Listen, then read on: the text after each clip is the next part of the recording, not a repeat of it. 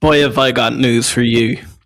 We've got Archer Aviation, but stock market, can't believe it, gone green. And I don't mean just green, I mean intensely green. We have an update on Archer Aviation. We're going to have a bit of a chat about that. And then you're going to want to stick around to the end because we've got an exciting multi-billion-dollar opportunity that's staring us right in the face.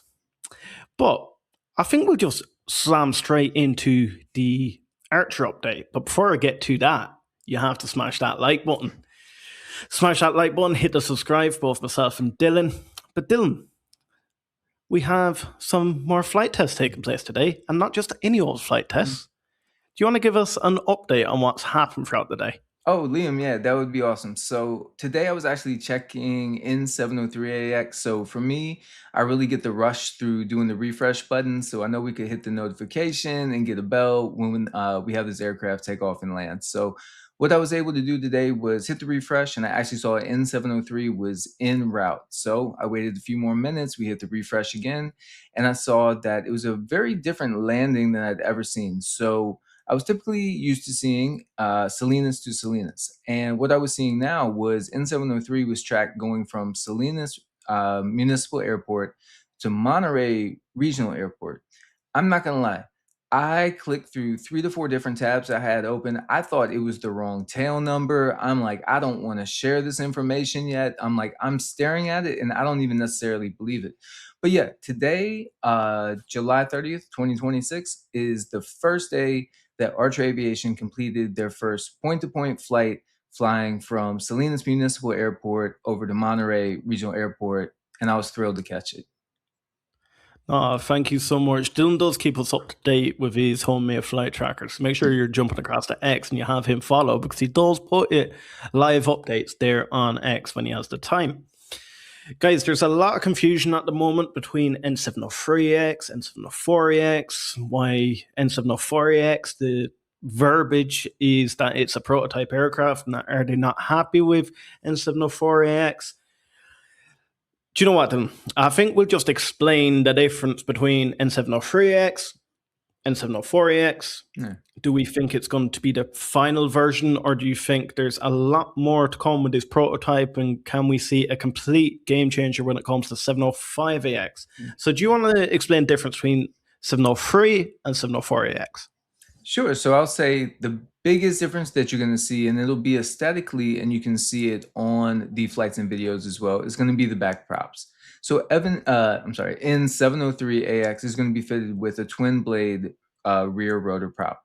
N704AX was actually redesigned, and they went over this a few quarter calls ago that the redesign would be happening, and they were switching to a 4-blade aft rotor prop.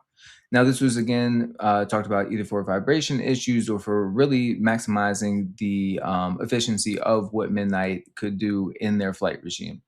So now I feel like we've also kind of seen forward maybe some additional tilt rotor systems. So maybe we'll get into that in a little bit. But I do think it's important to know that, the competitors have a conforming aircraft that is flying, and Archer Aviation is looking to reach to that stage of having their conforming aircraft that will be flying. So it's going to be interesting to see if N705AX does roll off with the same adaptations that N704 does, as we do see N704 progressing very well through the VTOL envelope. So again, I hope to hear more from Benjamin and Tom on this Q2 call on what N704AX is doing. And yeah, anything you see there on 704 or any of there? Yeah, so what I find interesting, I really want to know how far along 705AX is. We're hearing that both Fondra and Halo anticipate to come out and start their test flights in 2027. And I'm starting to think, like, could we see an N705AX in a hybrid version? Something we haven't actually properly seen before, but they could use their learnings they are achieving with Andro. Again, 703X, we're seeing it in the skies. Some people will be thinking, well, if you've ditched the two rear props for the 4, why are you now flying 703 if it's a completely different design than 704? I've had my theories on that before, that they could be going after that conventional takeoff and landing market. We've seen Beta go after that. Mm-hmm. With their deal with Surf Air Mobility. It's not something Archer have came outright and said they're going doing. What's your thoughts on why 703X is still being flown when it seems to be that 704X is more likely closer to the final design we're going for? I do think it's one of those where you are right in 704X is most likely to the final design that we're going for, but to have an adaptation of the aircraft that the customer could come to Archer Aviation and request. And again, I know that we spoke about different use cases for these aircraft, and I really want to lean towards Beta and Kyle Clark. And to me, what an immaculate job they've done in their aircraft progression. Because I think really before they IPO'd, having a CTOL variant of an aircraft was like, what are we doing here? This is an eVTOL market. We're invested in eVTOLs. And even when we would start hearing of other powertrains being used outside of straight electric propulsion, it was like, well, that's not what we were sold. We're investing in the eVTOL sector. These are not eCTOLs. But I think what we're looking at is, again, a company that has widened the range of the customer base that they have the potential of serving. So if you have an aircraft that can CTOL and VTOL and they're separate aircraft, we've also talked about, is that something where those could be technologies that could be combined to have a dual CTOL and VTOL variant that could come out? Could 705 surprise us as a CTOL and VTOL variant? I don't know, but I'm very excited to see 705 roll off the production line. And, just going in, if you saw the video where Tom was able to announce that he is fully at Archer Aviation in his CTO position and had not left it, he had something very curious that he wanted to show off. So, even like we said in the past video, where we would love for Archer Aviation to give us more, sometimes that's me being greedy. And I think in time, we do get to see what's behind the curtain with Archer, as we've seen with the unveil lately of Thunder and Halo and how that's been going. Guys, I have promised you about a multi-billion opportunity, Oh, or $1 billion opportunity that is staring us straight down the barrel, and we will get onto that now in a minute. But make sure you're jumping just below Dylan there and banging that subscribe for both of us. Helps us out more than you realize. Okay, time to get thinking.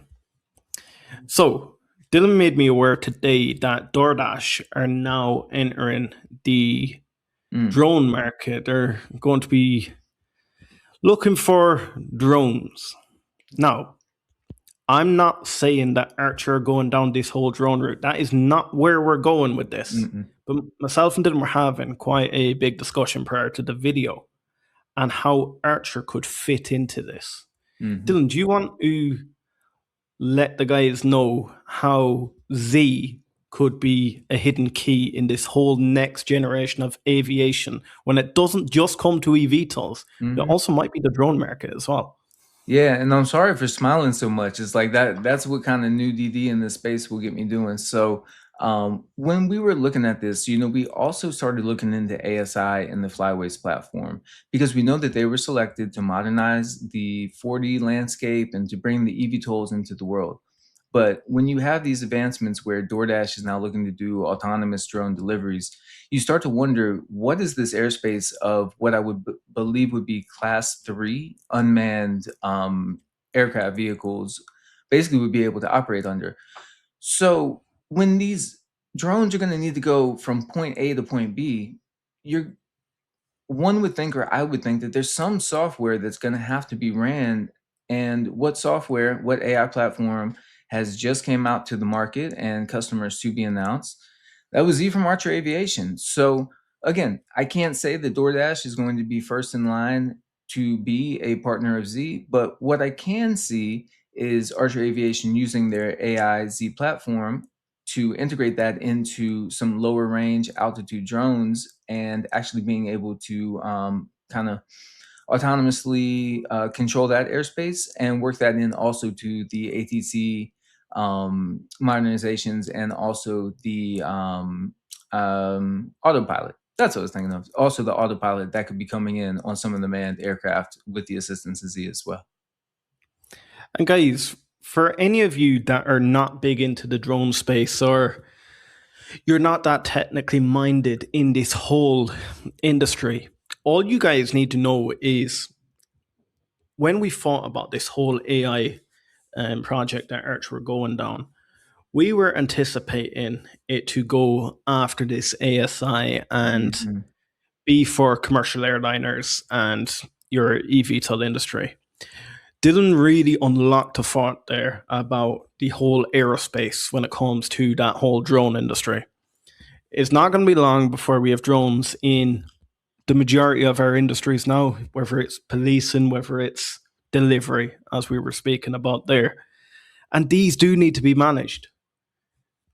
The only AI that we've seen being released recently that is perfectly made for this is Z.